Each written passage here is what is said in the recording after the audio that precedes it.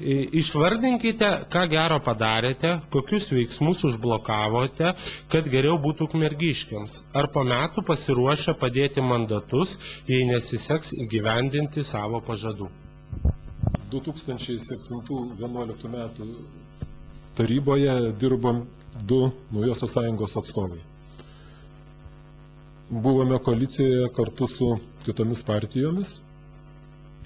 Prieš rinkimus buvome įsipareigoję atlikti tam tikrus darbus ir, manau, mes juos įvykdėme. Prieš praėjusius rinkimus mes siūlėme peržiūrėti sutartį tarp šilumos tiekėjų ir rajono savivaldybės, pasitelkus šilumos vartotojus atstovaujančias visuomeninės organizacijas ir derėtis su šilumos tiekėjais dėl kainos sumažinimo. Nesusitarus ieškoti teisinių būdų nutraukti sutartį ir perimti savivaldybei šilumos tiekimą į savo rankas. Kaip žinome, tas ir buvo pradėta daryti 2010 metais. Taip pat prieš praėjusius rinkimus mes siūlėme sveikatos apsaugos srityje renovuoti pirminės sveikatos priežiūros centro ambulatorijas ir medicinos punktų pastatus, gerinti greitosios medicinos pagalbos materialinę bazę.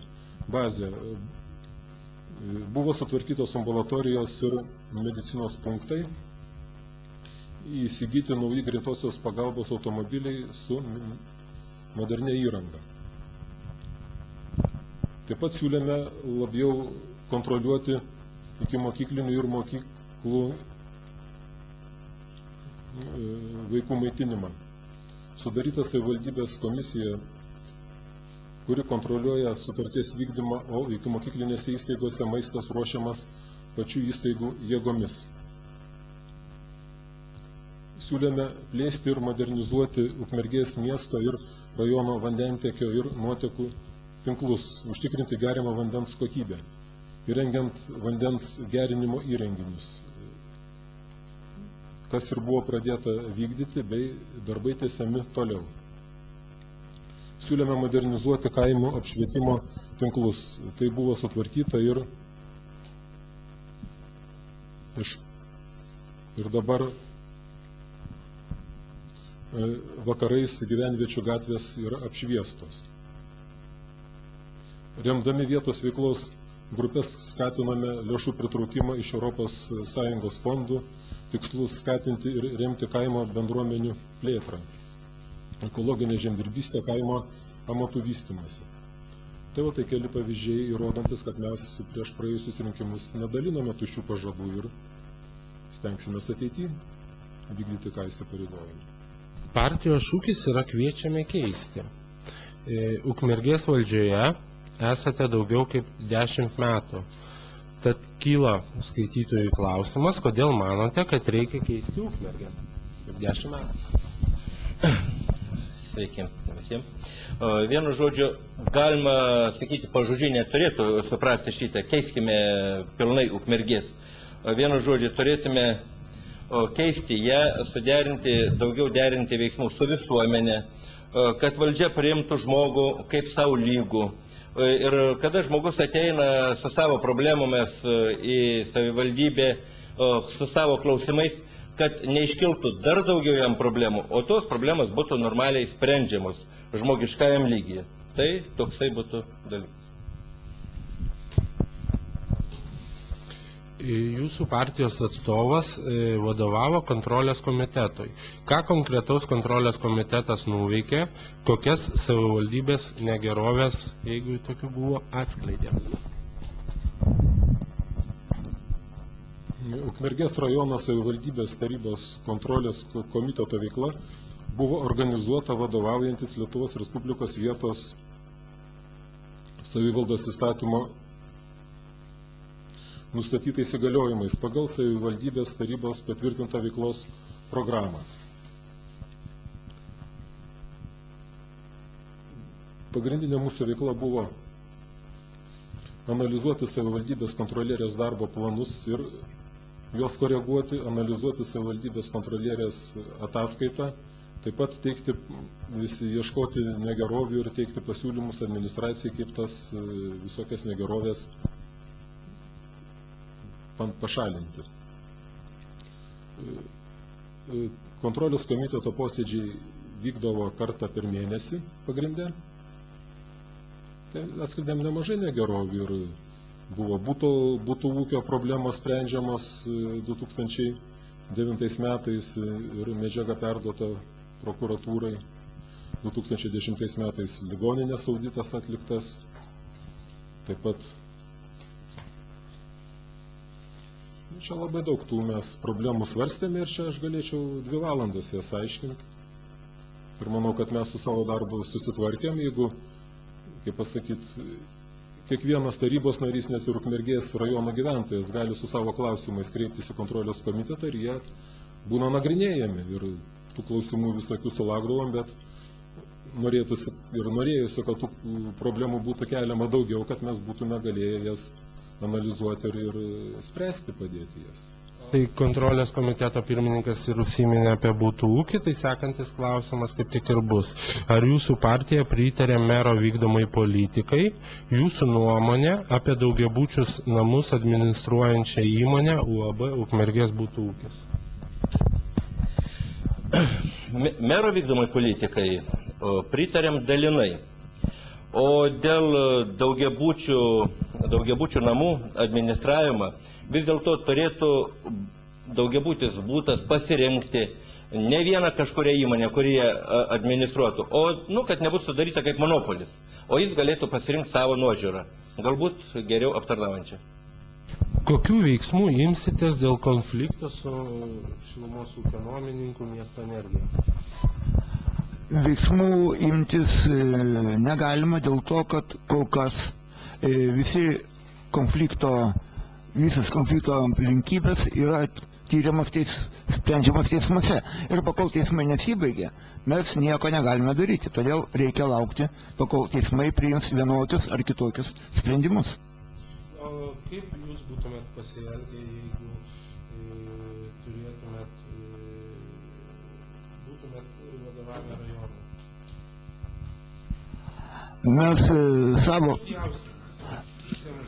Mes savo programoje buvome numatę, kad prieš anuos rinkimus buvome numatę, kad reikia peržiūrėti sutartį tarp šilumos tiekėjo ir rajono savivaldybės, pasitelkus šilumos vartotojus atstovaujančias visuomeninės organizacijas, dėrėtis su šilumos tiekėjais dėl kainos sumažinimo, o nesutarti ieškoti teisinių būdų nutraukti sutartį ir perimti savivaldybės šilumos tiekimą į savo rankas. Tai bet kokiu atveju mes būtume ieškoję teisinių problemų sprendimo būdų.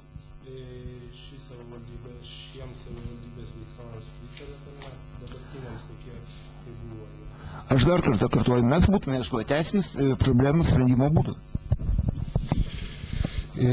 Kaip spręsite atliekų surinkimo mokesčio klausimą? Dėl paties mokesčio neprieštarauju, skaitytojo klausimas, tačiau manau jis neteisingai skaičiuojamas. Ar jūsų manimų viskas yra gerai ir nieko keisti nereikia? Dėl mokesčio surinkimo aš galėčiau dabar pasakyti kaip eilinis žmogus. Šiuo metu, kaip mokėjau už šiukšlės seniau išvežimą, šiuo metu man mokestis sumažėjo. Aišku, pradžioje buvo daug nesusipratimų, galbūt įtraukta buvo asmenų, nesužiūrėta, ne iki galo buvo atidirbta visas tas projektas sistemata. Tačiau šiuo metu viskas suderinus, mokestis yra skaičiuojamas, sakyčiau, teisingai. Net yra mažesnis mokestis negu buvo iki šioliai. Galbūt reikėtų tik tai spręsti su įmonių. Nes įmonės, ne visos ne pagal plotą turėtų mokėti už šiukšlių išvežimą. Galbūt pagal veiklą daugiau paderinti reikėtų. Tai toks mano. Pagal veiklas? Žinoma, gali būti maža įmonė, bet jie turėti daugiau šiukšlių, sakykime. Ir tuo pačiu kartu įmonė didžiulė, patalpos nenaudojamos. Sakykime, sustabdyta veikla, kad viskas sklandžiau vyktų, deklaruoti ir nereikėtų taip tiek apsunkinti žmonių, vaikščioti, kad gauti šitą, kad nereiktų mokėti ir taip toliau. Kaip jūs įvardintumėte, ar savivaldybės administracija pasiruošė rinkliavai ar ne? Manyčiau, kad nepilnai buvo pasiruošta. Galmėja visą tą atidirbti daug geriau. Kokia jūsų partijos nuomonė dėl garsiojo dviračio tako prie Šventosios upės, taip pat Smetonos dvaro? Ar pritarėte tiems projektams, ar turite savo idėjų? Garsusis dviračių takas prie Šventosios upės dabar įgauna šiek tiek kitokią prasme. Dėl to, kad paskelbus Piliakalnio ir aplinkui jį esančias teritorijas konkursą, dviračių tako, ten, kur turėtų būti dviračių takas, patenka į tą konkursą, į konkursą patenka, į tą teritoriją, kurią pagal konkursą reikia tvarkyti. Todėl šiuo metu projektas dar tobulinamas, kiek žinau, ir tada, kada jisai bus parengtas galutinai, tada bus galima spręsti apie tako likimą šitoje vietoje. Galbūt bus jisai įkomponuotas į Piliakalnio teritorijos tvarkymą ir jisai galbūt bus visai vietoje savo. O dėl Smetonos dvaro tai būtų galima pasakyti taip, kad toks projektas, kuris buvo paruoštas, jisai šiek tiek susilaukė kritikos ir ne veltui, ir galbūt tą projektą būtų dar galima tobulinti. Tik tai reikia išsiaiškinti visas visuomenės nuomonės ir visus visuomenės pasiūlymus. Kadangi Ukmergėje kol kas tik tai vienas konkursas įvyko dėl aplinkos tvarkymo, tai būtent dėl Piliakalnio tvarkymo. Tai galbūt būtų galima ateityje surengti konkursą ir dėl Antano Smetonos dvaros tvarkymo. Tai gal tuo pačiu dar galėtumėt pasakyti savo nuomonę dėl Kauno ir Vienuolyno gatvės rekonstrukcijos, ypač aikštės prie viešbučio, skirtingas spalvos. Čia ne tik mūsų, bet taip pat ir architektų nuomonė, šita teritorija miesto centro yra tvarkoma buvo tvarkoma neturint bendro plano. Todėl aikštė atrodo vienaip, Vienuolyno gatvė atrodo kitaip, jos abi tarpusavėje nedera.